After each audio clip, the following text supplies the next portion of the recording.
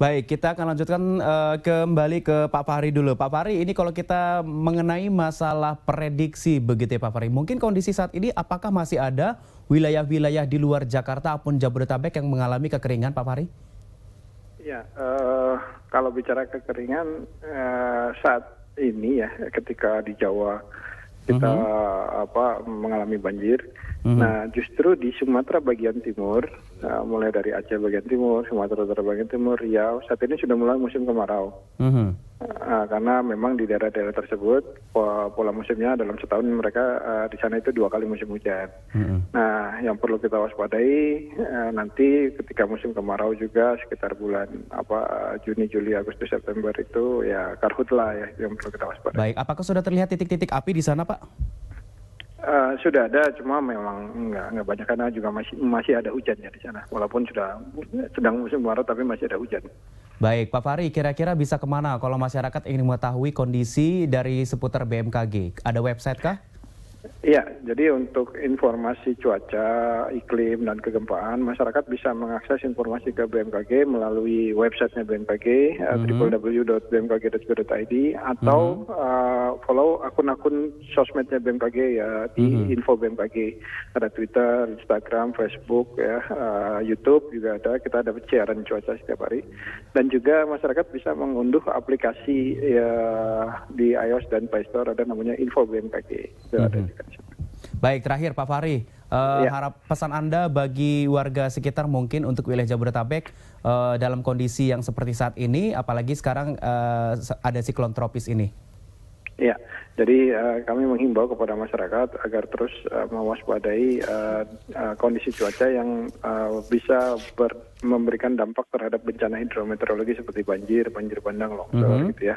Nah, antisipasinya mungkin bisa kita mulai dari lingkungan kita sendiri dulu masing-masing ya. Tadi kawan kita dari Walhi juga sudah menyampaikan, pastikan saluran air di lingkungan di rumah kita itu lancar. Prinsipnya siap untuk menerima, menyerap dan mengalirkan air gitu. Selama prinsip itu jalan, tidak akan banjir gitu kan. Nah itu, kemudian juga kami mengimbau untuk masyarakat, terutama yang banyak melakukan aktivitas di luar ruang, agar berhati-hati, misalnya untuk para pengendara sepeda motor gitu ya, dalam kondisi hujan, agar lebih berhati-hati, pastikan kendaraan dalam kondisi prima, misalnya bannya itu tidak botak gitu ya, jadi tidak licin gitu ya. Nah kemudian contoh juga misalnya anak-anak sekolah kita persiapkan untuk berangkat sekolah dalam kondisi hujan gitu. Artinya apa? Kita siapkan payung, jas hujan. Itu mungkin intinya kita mempersiapkan diri untuk beraktivitas dalam kondisi hujan.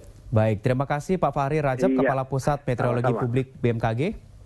Selamat, terima kasih. Ya baik, terima kasih sudah bergabung bersama kami via sambungan telepon. Saya menuju ke Mas Dwi Sawung. Mas Dwi Sawung, ini kan ada anggapan memang untuk DKI Jakarta ini ada yang mengatakan baiknya normalisasi atau naturalisasi.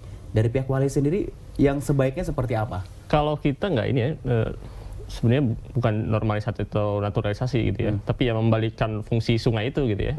Dan sebenarnya mengembalikan juga fungsi daerah aliran sungainya ya, bukan sekedar si sungainya saja ya, tapi daerah aliran sungainya difungsikan balik lagi semuanya gitu ya. Seperti apa nih? Misalnya daerah yang tadinya resapan ya harus jadi resapan ya, si sungainya juga berfungsi sebagai sungai gitu ya. Kalau resapannya hilang, mau sungainya dibesarkan sebesar apa gitu ya, supaya si airnya nampung dari daerah yang terbangun ya susah juga gitu ya. Padahal kita mau bangun sungai selebar 50 meter misalnya susah juga kan, apalagi kalau di Jakarta sudah terbangun gitu ya, dan perkeliruannya itu sudah dari lama gitu ya, bukan sekedar 1 atau 2 periode gubernur ya, tapi puluhan tahun dia kesalahan membangun gitu ya, ya itu sulit banget itu ya. Kalau kita untuk mengembalikan posisi yang mungkin kata Mas Dwi Sawung ini katakan, berapa lama?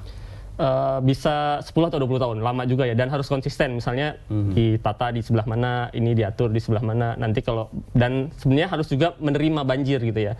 Ini daerah saya memang daerah rendah. Harus menerima dulu begitu ya, warga menerima, sekitar itu ya. daerahnya rendah, daerah rendah.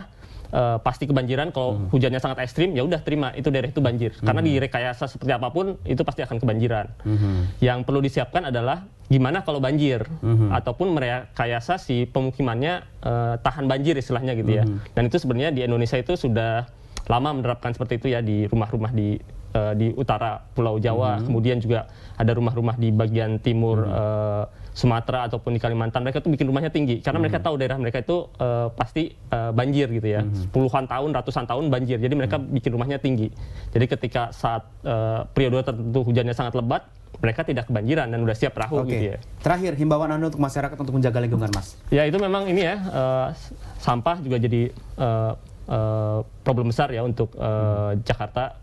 Beberapa titik memang si drainasenya tersumbat karena sampah dan yang pasti juga soal ini ya, tidak membangun di daerah resapan itu juga harus ditaati gitu ya. Dan biasanya ini yang orang-orang kaya nih ya, dia mentang-mentang punya uang, dia beli izinnya gitu ya. Daerahnya harusnya nggak boleh dibangun, daerahnya harusnya resapan, dia punya uang, dia beli izinnya istilahnya gitu, dibeli izinnya, jadi boleh dibangun. Ini harusnya daerah hijau. Itu kelihatan, kami bisa melihatnya di peta tata ruang yang tiba-tiba, loh kok tiba-tiba ada bangunan ya, harusnya ini daerah resapan gitu.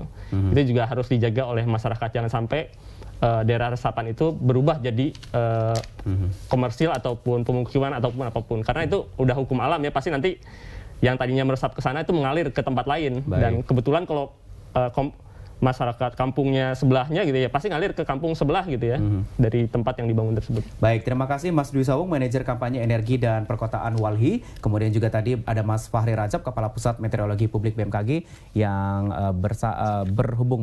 terhubung dengan kita melalui via telepon. Terima kasih Mas, terima kasih sudah hadir di Newsroom. Dan kami akan kembali hadir dengan informasi menarik lainnya, termasuk Polandia ini ternyata mempunyai pangsit seperti di Indonesia ya. Nah, seperti apa? Kita akan sampaikan usai jeda pariwara berikut. Tetap bersama kami.